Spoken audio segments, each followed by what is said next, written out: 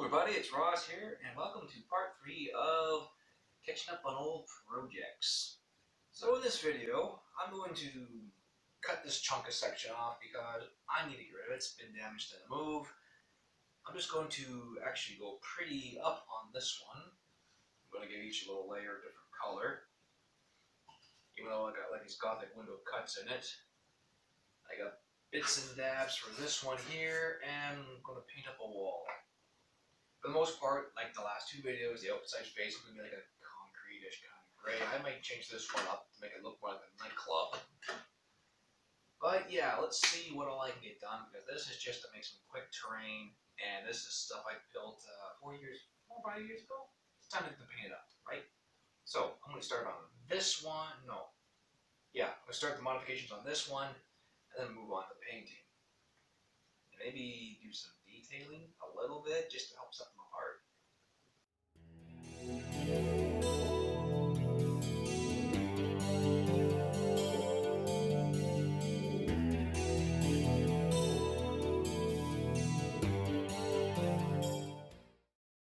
So I got 2 of the 3 sections for this part 3 done. As you can see, I have the main building finished, and I did add quite a bit of color to it.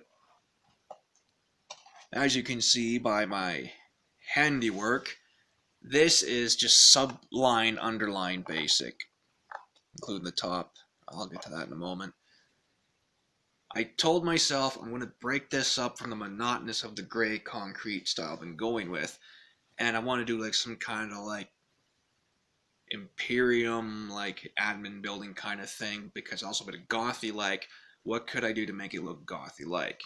So as you can see by my very substandard paint lining job and stuff, just to help break it up, you know. It's really basic. This is not my finest work, but at the same time I get to toy with some of these brushes I bought from the dollar store and never used. So I get to see the limitations of not just the brushes, but also the paints. Now, to start with, I have been using a very wet black blend of the Deco Art here.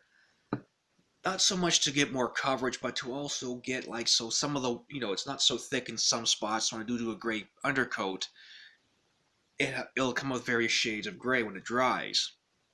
And a lot of these tips and tricks you can pick up not just through the internet, but also through real life, reading art books, and if you know some painters in your area, you can get some ideas from them.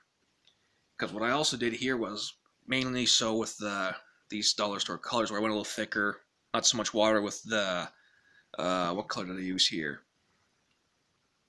Turquoise and the peacock blue. I kept my brushes the same direction too, just to help with keep things seamless instead of being all over the place. At the same time, you can see the bright red I'm using doesn't come out that well on black. Even though this one took several coats, you can see down here where it still is not thick enough. And even though I did water it down just a little bit to help absorb it into, because it's foam board with the slight paper on it from, the same dollar store, this red just doesn't want to click. So in the future, if I'm using these red paints, I'm not going to water them down as much, because as we can bring the camera up top, it came out a little nicer. Still, again, like a blue floor and, like little holy symbols or whatever, just basic. But yeah, at the same time, as you can see at the wall here, the back of this wall, it's a lot cleaner looking. Again, I'm just toying with ideas, and I haven't put any sand down yet, because on this side, it doesn't look as clean. As you can see, I went and did some little handiwork there. A little shout out to Chaos Chan, because apparently that's a thing. I might as well just add a bit of that humor to this wall. Also on this building, of course, like little details for a good time, call it the fake number. But no, it's just, even though this is just sublime, basic, super basic terrain, getting creative never harmed anything. Even though it looks like utter garbage, it still looks a lot nicer than just the one same old color. Which brings me to the next guy here. If I can get this building into view. This one, let's get that one out there altogether.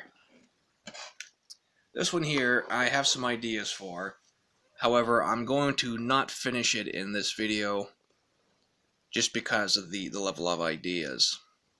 So again, no, this is just me experimenting with the paints, the brushes.